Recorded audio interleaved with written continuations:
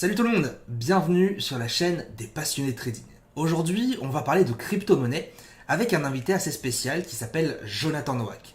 Jonathan Nowak est crypto-millionnaire, investisseur depuis maintenant 7 ans et le fondateur de Fructify.io, une plateforme d'investissement automatique sur les crypto-monnaies. Si vous avez envie d'investir dans les crypto-monnaies, eh bien prenez vos notes parce qu'aujourd'hui, on va parler des 7 étapes pour investir intelligemment dans les crypto-monnaies. N'hésitez pas à nous faire part de vos retours dans les commentaires comme d'habitude. Et sans plus tarder, très bonne vidéo à vous.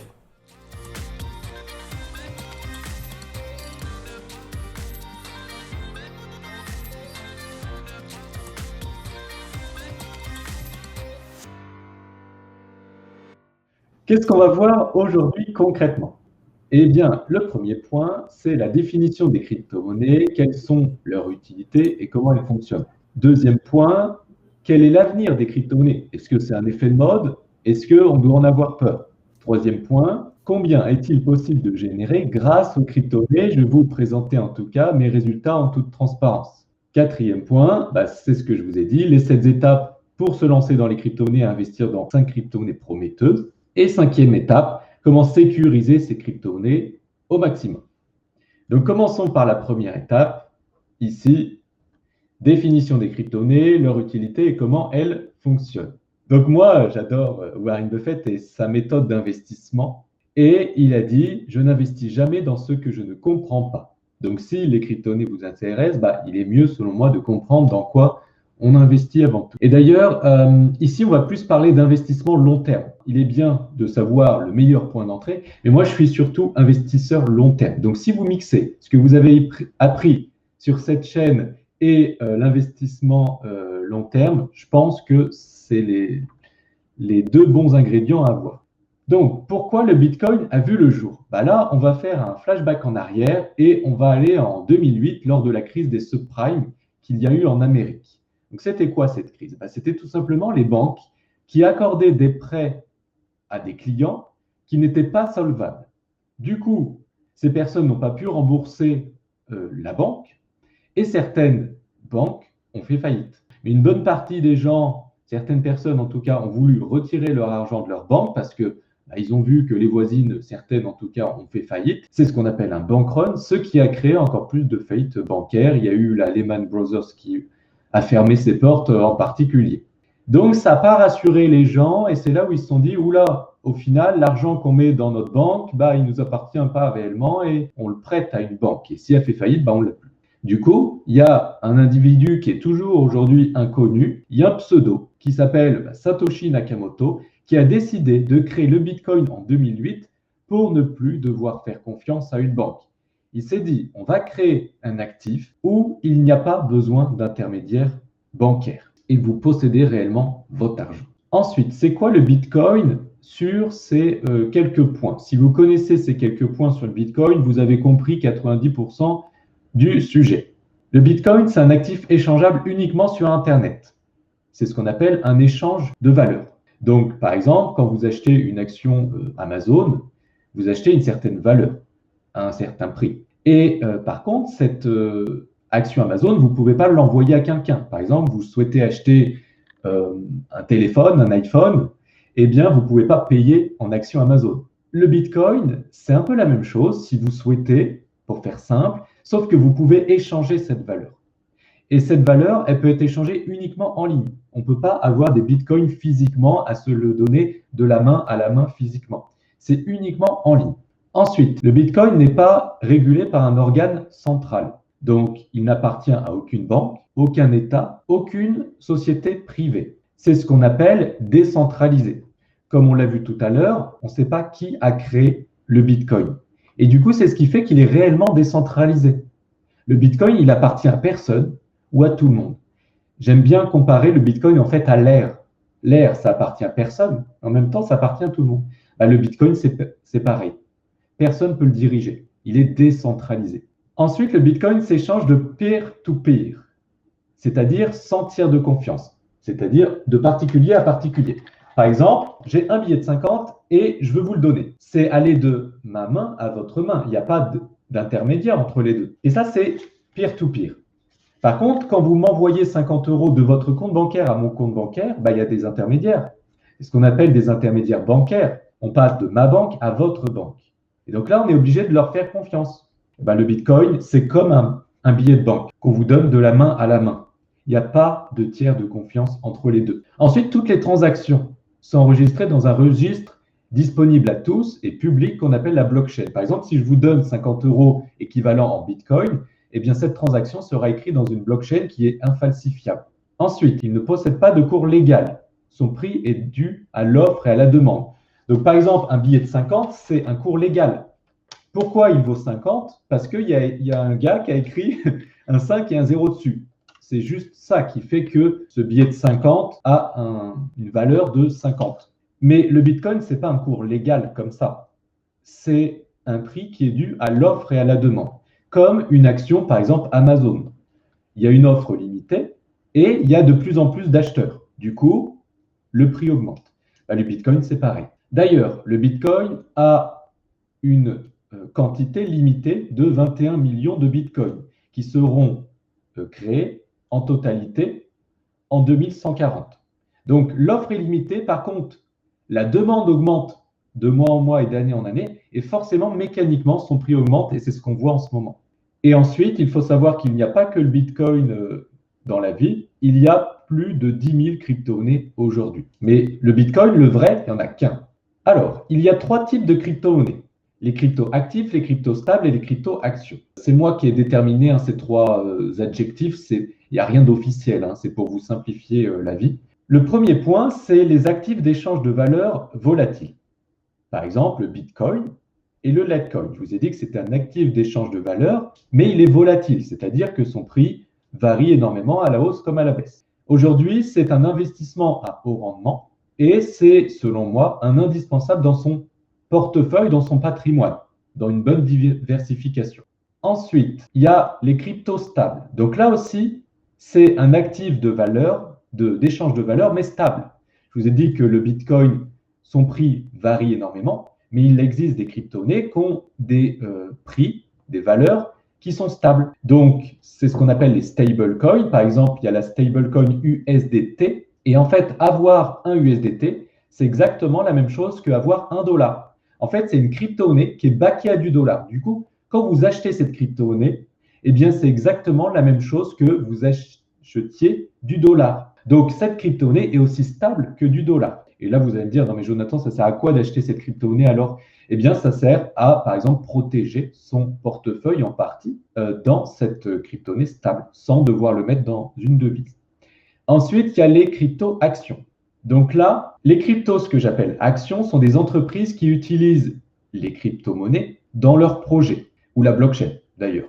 En fait, souvent, on croit à juste titre que les crypto-monnaies, ce sont uniquement des monnaies, donc c'est-à-dire des actifs d'échange de valeur. Mais ce n'est pas vrai. Il y a sûrement plus de 50% des crypto-monnaies qui ne sont pas réellement des monnaies, mais qui sont plus des projets, c'est-à-dire des entreprises, des startups avec un projet, des salariés, des bureaux, du bénéfice. Mais par contre, dans leur projet, ils utilisent la blockchain et les crypto-monnaies. Donc au final, acheter une crypto-action, c'est un peu comme acheter une action Amazon, sauf que dans cette crypto-action, la seule différence, c'est qu'ils utilisent dans leur projet la blockchain et les crypto-monnaies. Donc moi, j'adore, c'est un peu comme Warren Buffett qui achète des actions à fort potentiel. Nous, on achète des crypto-actions à fort potentiel. Comme j'ai noté ici, similaire à l'investissement dans une action. Donc l'idée, ça sera de trouver des crypto-monnaies à fort potentiel, qui ont un bel avenir. Donc là, je ne l'ai pas dit, mais par exemple, ça peut être le Binance Coin ou le Chainlink. Je vais vous faire une liste de 5 crypto-monnaies tout à l'heure. Étape 2. Quel est l'avenir des crypto-monnaies? Est-ce un effet de mode? Et doit-on en avoir peur? Eh bien, moi, j'adore la citation d'Arthur Schopenhauer que vous connaissez sûrement, qui nous dit « Toute révolution scientifique, technique, politique et morale de l'histoire de l'humanité passe par 3 phases. 1. Le ridicule. 2. La phase dangereuse. 3. La phase évidente. » C'est un peu comme Internet. Je ne sais pas si vous vous souvenez, il y a de ça quelques dizaines d'années quand Internet est sorti. Eh bien, au début, on nous disait « mais c'est ridicule, mais je ne vois pas en fait l'utilité d'Internet. Moi, je trouve mes informations dans des livres, je vais à la bibliothèque, j'ai ma bibliothèque personnelle, je ne vois pas réellement l'utilité, je ne vois pas à quoi ça servirait, pourquoi on irait sur ce truc Internet. Je ne comprends pas en fait. Et donc au début, c'est ridicule, personne ne comprend. Ensuite, ça mûrit un peu dans leur esprit et cette phase ridicule devient dangereuse. Les gens disent, bon, j'ai compris Internet, comment ça fonctionne, j'ai compris l'utilité, on peut trouver en quelques clics des informations. Oui, mais par contre, j'achèterai jamais un produit sur Internet. Avec ma carte bancaire, j'utiliserai jamais ma carte bancaire pour acheter un produit sur Internet. C'est trop dangereux, j'ai peur de me faire pirater. Aujourd'hui, certains le disent toujours, ça. Et puis, on arrive aujourd'hui à cette phase évidente où Internet est une évidence. Qui n'utilise plus Internet tous les jours? C'est assez rare. Chaque personne a sa phase, en fait. Concernant les crypto-monnaies et la blockchain, certaines personnes pensent encore que c'est ridicule, d'autres personnes pensent encore que c'est dangereux, et d'autres personnes pensent encore que c'est évident. Moi, je suis dans la phase évidence. Pour moi, c'est l'évidence, les crypto-monnaies, c'est l'avenir. Et pour d'autres, chacun avance à son rythme. Pour d'autres, c'est encore ridicule ou dangereux. Ce qui n'empêche pas que l'investissement est dangereux en lui-même. Mais le fait d'avoir peur des pirates ou le fait d'avoir peur que la crypto-monnaie chute à zéro ou truc comme ça, là, c'est un petit peu décoré. Ensuite, il faut prendre conscience que les crypto-monnaies arrivent dans notre quotidien. Il y a Visa, Mastercard, que vous connaissez sûrement. Il paraît que vous avez une carte bancaire Visa ou Mastercard. Eh bien, ils vont intégrer à leur méthode de paiement, pas des bitcoins, mais des crypto-monnaies. En l'occurrence, l'USDC. Et il sera possible de payer, je ne sais plus si c'est de payer ou de recevoir des crypto-monnaies via notre carte bancaire Visa et Mastercard. Ensuite, Tesla, qui appartient à l'homme le plus riche au monde, Elon Musk, s'est dit en fait, j'en ai marre d'avoir des milliards sur mon compte bancaire qui perdent de la valeur chaque année à cause de l'inflation. Du coup, il s'est dit, ce qu'on va faire, c'est qu'on va investir une partie de notre trésorerie, c'est-à-dire une broutille, 1,5 milliard de dollars, dans le Bitcoin. Vous vous rendez compte? Si l'homme le plus riche au monde investit une partie de son épargne dans le Bitcoin, c'est peut-être que ça pourrait être un bon placement.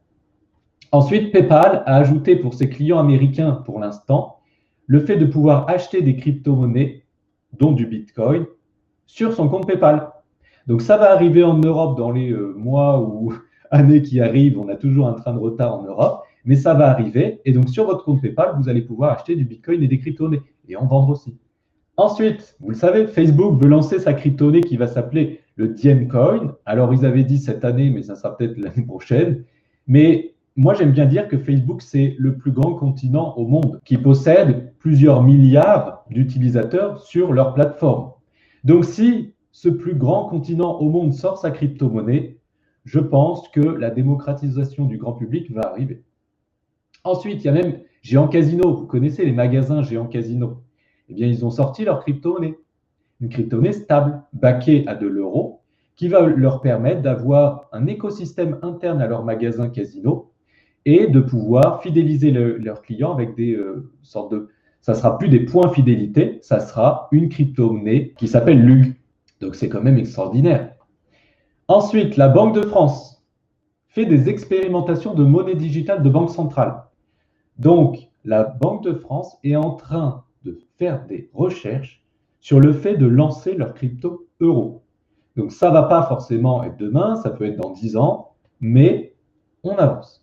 Ensuite, les institutionnels commencent à investir dans les crypto-monnaies parce que leurs clients veulent investir énormément. Il y a Grayscale qui a investi des dizaines de milliards de dollars dans le Bitcoin et autres crypto-monnaies.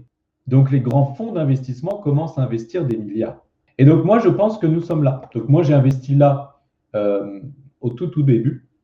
Et là, nous sommes au début de l'investissement par les institutionnels. Ça, c'est ma conviction. Et que parler au grand public de l'investissement dans les crypto-monnaies, peut-être qu'ils connaissent de nom, mais ils n'ont pas investi. Donc, tout est à écrire selon moi. Ensuite, vous allez me dire, non mais Jonathan, les crypto-monnaies, c'est trop volatile.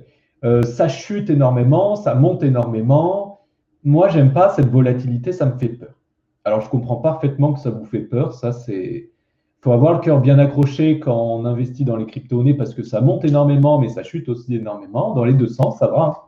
Mais c'est normal, en fait. Pourquoi? Parce que le marché des crypto-monnaies, c'est un jeune adolescent prépubère. Parce que le marché des crypto-monnaies est jeune.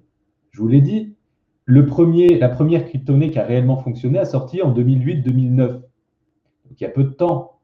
Mais regardez Amazon à ses débuts. Amazon à ses débuts montait énormément et a fait des chutes de 94% de sa valeur.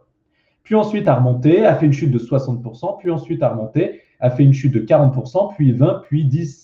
Puis aujourd'hui, c'est rare que Amazon chute de plus de 10%. Donc ce que je veux dire, c'est qu'au début d'un marché, au début d'une nouvelle technologie, là nous étions lors de la bulle Internet, là nous sommes dans la bulle des crypto-monnaies, eh bien c'est normal dans un marché encore immature qu'il y ait énormément de volatilité. Mais c'est ici qu'on peut faire de l'argent. C'est pas ici, c'est pas maintenant quand on achète dans Amazon, on va faire quoi, 10% par an ou 20% par an. Aujourd'hui, avec les crypto-monnaies, moi j'ai regardé mon portefeuille, ces 6 derniers mois, j'ai fait 1000%. 1000%, c'est 6 derniers mois. 1000%, c'est fois 11 son portefeuille en 6 mois. Donc je ne dis pas que c'est ce que vous allez gagner, je dis c'est ce que j'ai gagné.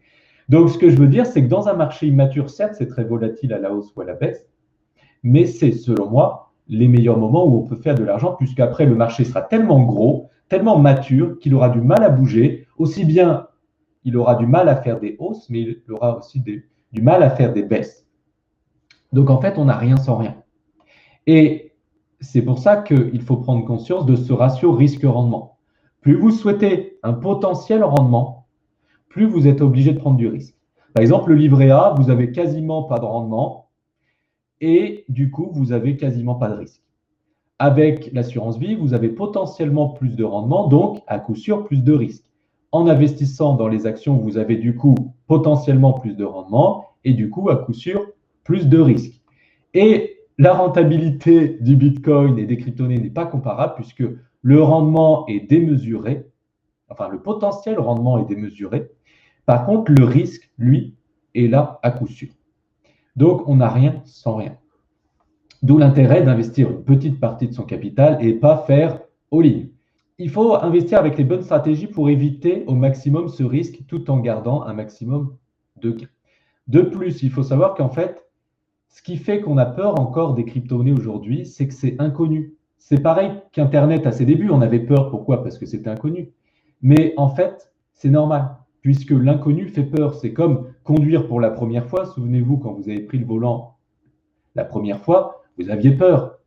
C'est normal, puisque c'était totalement inconnu.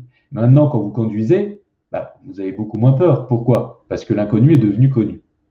Donc, c'est pour ça que c'est normal aujourd'hui si vous avez peur des crypto-monnaies, parce que c'est encore inconnu, mais j'espère qu'à la fin de ce direct, ça sera un peu plus connu, vous serez un peu plus rassuré. Étape 3. Combien il est possible de générer? Je vais vous montrer mes gains. Donc, souvent, on ne me croit pas, parce que c'est tellement pas croyable qu'on ne me croit pas, ce qui paraît logique. Donc, c'est pour ça que je vous ai fait des impressions écran de ce que j'ai prouvé sur ma chaîne YouTube. Allez sur ma vidéo Crypto-monnaie prometteuse 2011 que j'ai tournée, je ne sais plus il y a combien de temps. Allez à 1 minute 44 et vous allez voir que je vous ai présenté cette crypto-monnaie Loopring à 14 centimes. Voilà, comme ça, on ne peut pas me contredire. Regardez le cours de la crypto-monnaie Loopring aujourd'hui, vous allez halluciner. Elle valait 14 centimes quand je l'ai présentée et 3 mois plus tard, elle en valait 88 centimes. Donc, on a fait un x6 en 3 mois. Ensuite, allez à la minute 6, minute 26. J'ai présenté la crypto-monnaie REN sur ma chaîne YouTube. Elle valait 28 centimes. Et tout ça, je l'ai fait gratuit sur ma chaîne YouTube. Aujourd'hui, en tout cas 3 mois plus tard, elle en vaut 1,13 $, un x4 en 3 mois. Je vais vous en présenter encore deux. Bond Protocol, je l'ai présenté sur ma chaîne YouTube à 5 $. 3 mois plus tard, elle en valait 20 $. On a fait, et là, elle en vaut même plus aujourd'hui. On a fait un x4 en 3 mois. VeChain, présenté à 1 centime sur ma chaîne YouTube, et 3 mois plus tard, elle en valait 6 centimes. Et aujourd'hui, elle est à beaucoup, beaucoup plus que ça. Donc, on a fait un x6 en 3 mois. Donc, ça ne veut pas dire que c'est ce que vous allez gagner. Et ces crypto-monnaies, elles ont peut-être déjà explosé. Donc, vous avez loupé le train pour celle-ci. Mais ce n'est pas grave. Il y en a d'autres. Alors, pour vous prouver que c'est la réalité ce que je vous dis, on va voir des commentaires pour vous prouver que je suis honnête sur ce que je vous montre ici. On nous dit ici, Jonathan, je découvre ta vidéo trop tard, tout a déjà pumpé. Et là, d'autres commentaires YouTube qui nous disent, voilà, j'ai fait x2 avec cette crypto-monnaie, j'ai fait 200% avec cette crypto-monnaie. Voilà, j'ai explosé mes gains. Cette personne a mis 200, il en a 3000. Cette personne a mis 3000, elle en a 120 000. Cette personne a fait 40% en un jour. Et voilà. Voilà, c'est pour vous prouver que c'est possible. Par contre, tout n'est pas aussi rose que je le dis ici. Je vais vous redescendre de votre petit nuage, puisque si vous êtes débutant, d'après une étude AMF, et vous la connaissez, établie sur 1500 traders ou investisseurs, 89% d'entre eux perdent leur capital en un an. Donc, si vous êtes débutant, vous devez absolument investir avec la bonne stratégie, parce que certes, on peut gagner à un moment T, mais si 2 mois plus tard, vous perdez tous vos gains, mais en plus votre capital, vous allez vous en mordre les doigts. D'où l'intérêt de faire les choses de manière sérieuse et en utilisant les bonnes stratégies. Et c'est ce qu'on va voir maintenant. Les 7 étapes pour investir dans les crypto-monnaies dans les règles dollars. Déjà, il faut savoir diversifier son patrimoine et ne pas mettre tous ses œufs dans le même panier. Je pense que vous êtes bien éduqués sur cette chaîne et vous le savez. Mais un petit rappel, ça fait du bien. Alors, il faut diversifier, enfin selon moi, il est mieux de diversifier ses investissements dans le passé, le présent et le futur. Donc on peut mettre une partie de son patrimoine dans les investissements du passé pour la protection, par exemple acheter de l'or, des forêts et des terrains à raison de 10 à 20% de son patrimoine global. Ensuite, on peut mettre une partie de son patrimoine dans les investissements du présent pour la diversification, par exemple l'immobilier, les devises, les actions, etc. Et vous pouvez investir une partie de votre capital dans le futur pour l'espoir de la fructification. Et là, en particulier, les crypto-monnaies à raison de 10 à 20% de son patrimoine. Vous pouvez mettre plus, vous pouvez mettre moins, vous faites ce que vous voulez, mais ça, c'est ce que je pense qu'il est bon de faire. Donc, vous pouvez déterminer du coup, dès maintenant, la somme à investir dans les crypto-monnaies en fonction de vous, de votre situation, de votre aversion au risque, de vos objectifs de gain, etc. Il faut savoir que le Bitcoin n'est pas forcément la crypto-monnaie la plus rentable. Comme vous pouvez voir ici, Bond Protocol a fait 5448% ces 12 derniers mois. Il faut, selon moi, diversifier dans un bon nombre de crypto-monnaies, un nombre cohérent. Par exemple, si vous avez 1000 euros de capital à investir uniquement dans les crypto-monnaies, vous pouvez diversifier par exemple dans 5 crypto-monnaies. Si vous avez 10 000 euros dans 15 cryptos, si vous avez 50 000 dans 20, si vous avez 500 000 dans 100. Une citation de moi-même, que j'aime bien forcément. Le secret pour investir dans les crypto-monnaies avec succès tient en 3 éléments primordiaux. Le quoi acheter, le quand acheter et le quand vendre. Et si vous utilisez ces 3 éléments de la bonne manière, vous mettez toutes les chances de votre côté pour réussir avec succès dans l'investissement en crypto-monnaie. Donc, qu'est-ce qu'on va voir maintenant? Je vous pose la question. Eh bien, on va voir les 3 étapes, quoi acheter et quand vendre. Donc là, prenez des notes parce qu'on arrive là dans la matière dure. Quoi acheter? Eh bien, déjà, il va falloir bien proportionner son portefeuille en crypto-monnaie selon différents types de crypto-monnaies. Ces 3 différents types de crypto-monnaies se diffèrent d'après leurs différentes capitalisations. Donc, selon moi, j'investis 40% de mon portefeuille dans le Bitcoin, 50% dans des crypto-monnaies que j'appelle Big Caps, avec une grande capitalisation, on va voir ça dans un instant, et 10% dans des crypto-monnaies que j'appelle coup de poker. On va voir ça encore dans un instant. Alors, 40% dans Bitcoin, bon ça vous avez compris. C'est quoi les Big Caps? Eh bien, ce sont des crypto-monnaies ayant une grande capitalisation et faisant partie du top 20 des crypto-monnaies avec la plus grande capitalisation au monde. Donc là, je vous invite à aller sur le site coinmarketcap.com, regardez le top 20 et voilà, mettez 50%.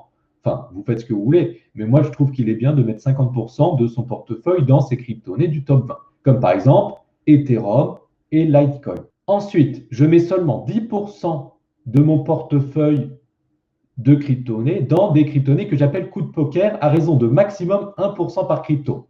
Donc, les crypto-monnaies coup de poker, c'est quoi? C'est des crypto-monnaies ayant une petite capitalisation, faisant partie du top 50 au top 200 et n'ayant pas encore explosé. Comme par exemple la crypto-monnaie Icon ou Lisk. Donc Bitcoin, Ethereum, Litecoin, Icon et Lisk. Donc là, ces 5 crypto-monnaies, c'est bien pour les personnes, comme je l'ai dit ici, qui ont un capital de 1000 à investir. Voilà. Alors attention, ces crypto-monnaies ont peut-être explosé, ces crypto-monnaies coup de poker. Parfois, il faut les mettre à jour. Mais là, normalement, on est encore bon, même si ça a pris un peu de valeur. Maintenant qu'on a vu le quoi acheter, on va voir le quand acheter. Parce que si vous achetez au pire moment et que demain tout chute à zéro, bon, c'est une expression, eh bien, ça ne sert à rien. Donc, quand acheter ces crypto-monnaies, on va utiliser la méthode du dollar cost averaging qu'utilisent les investisseurs avertis dans le marché traditionnel. Eh bien, par exemple, cet indice de crypto-monnaies, cette liste de crypto-monnaies, on va l'acheter, par exemple, tous les premiers de chaque mois. Le 1er janvier, on investit 15% de son capital, le 1er février, 15% de son capital, etc. Et comme ça, on lisse le risque. D'accord? Et comme, selon moi, le marché des crypto-monnaies monte sur le long terme, eh bien, logiquement, cet investissement va se fructifier. Et donc, maintenant qu'on a vu le quoi acheter, le quand acheter, on va voir le quand vendre. Parce que si vous avez des gains à un moment T, mais qu'après tout chute et que vous perdez, ça ne sert à rien. Donc, l'idée de la vente, là, on est vraiment sur du long terme, c'est-à-dire des trimestres, voire des années. Eh bien, une stratégie très simple pour les débutants, c'est de vendre 50% de son indice quand il a réalisé une performance de 100%. Donc, par exemple, si vous avez acheté 100 euros d'une crypto-monnaie, eh bien, quand elle arrive à 200 euros de valeur, vous vendez 50%. Comme ça, vous récupérez votre capital. Donc, maintenant, comment? On a vu le quoi acheter, quand acheter et quand vendre. Maintenant, il faut voir comment faire tout ça. Eh bien, une première solution pour acheter et vendre vos crypto-monnaies, c'est d'aller sur le site Binance et de faire vos investissements sur cette plateforme. Donc, vous créditez votre compte Binance et vous achetez les crypto-monnaies que vous souhaitez. Pour certaines personnes, ça peut encore être compliqué. Pour vous, peut-être que c'est simple à utiliser parce que vous avez l'habitude, mais pour certaines personnes, ça peut être encore compliqué. Voilà pourquoi il existe des intermédiaires. En l'occurrence, c'est ma plateforme, Fructify.io, qui fait l'intermédiaire entre Binance, le tiers de confiance sur lequel vous allez créditer votre capital qui va vous permettre d'acheter vos crypto-monnaies, et vous. Donc vous êtes là, Fructify est au milieu et Binance est là. Et Fructify, c'est une interface qui permet d'utiliser Binance de manière simple et d'automatiser certaines tâches. Vous allez pouvoir utiliser 2 fonctions sur cette plateforme Fructify. La fonction auto qui vous permet de lancer une automatisation où vous allez pouvoir configurer votre quoi acheter, quand vendre. Donc, par exemple, dans le quoi acheter, vous allez choisir un indice de crypto-monnaie. Donc, c'est-à-dire une liste de crypto-monnaies, par contre, qu'on a déjà présélectionné. Donc, soit, par exemple, vous choisissez l'indice Smart Crypto qui regroupe les 15 crypto-monnaies avec le plus grand potentiel selon nous. Ou vous choisissez l'indice Custom, comme ça, vous faites votre indice sur mesure. Donc, le quoi acheter, c'est simple. Vous choisissez un indice de crypto-monnaies qu'on a déjà sélectionné pour vous. Ensuite, le quand acheter, c'est l'étape suivante. Eh bien, vous allez tout simplement configurer un achat de 15% de votre indice tous les 30 jours. Et le quand vendre, eh bien, de manière automatique, notre plateforme vendra quand votre indice sera surévalué pour encaisser une partie de vos gains et protéger du coup vos gains. Donc ça, c'est la fonction auto de la plateforme Fructify.io, mais vous avez aussi la fonction copy.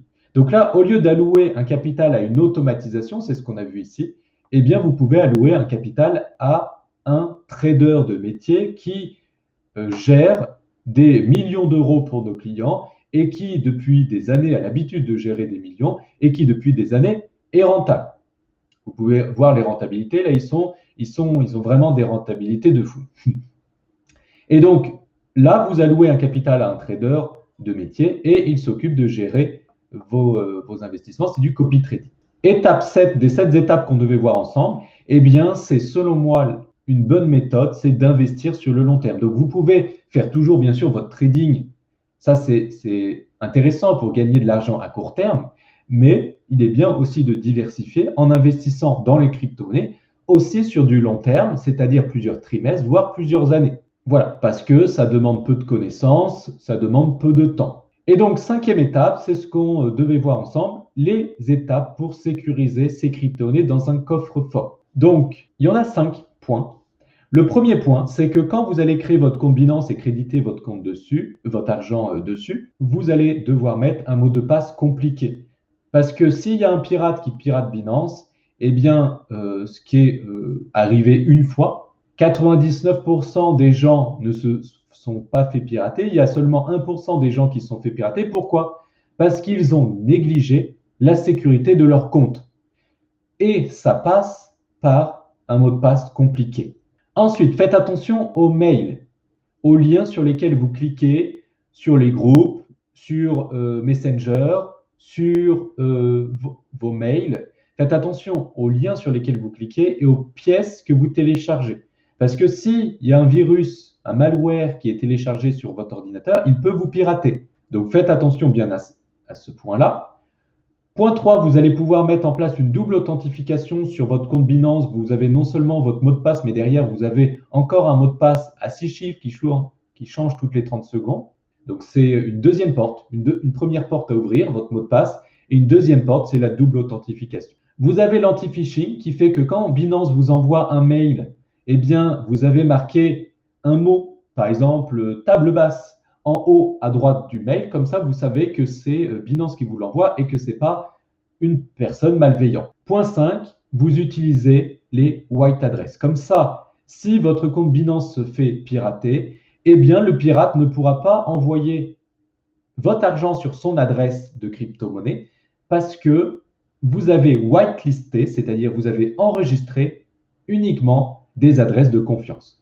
Donc, même si le pirate vous pirate votre compte, eh bien, il ne pourra pas retirer votre capital sur son adresse parce que vous ne l'avez pas enregistré, tout simplement.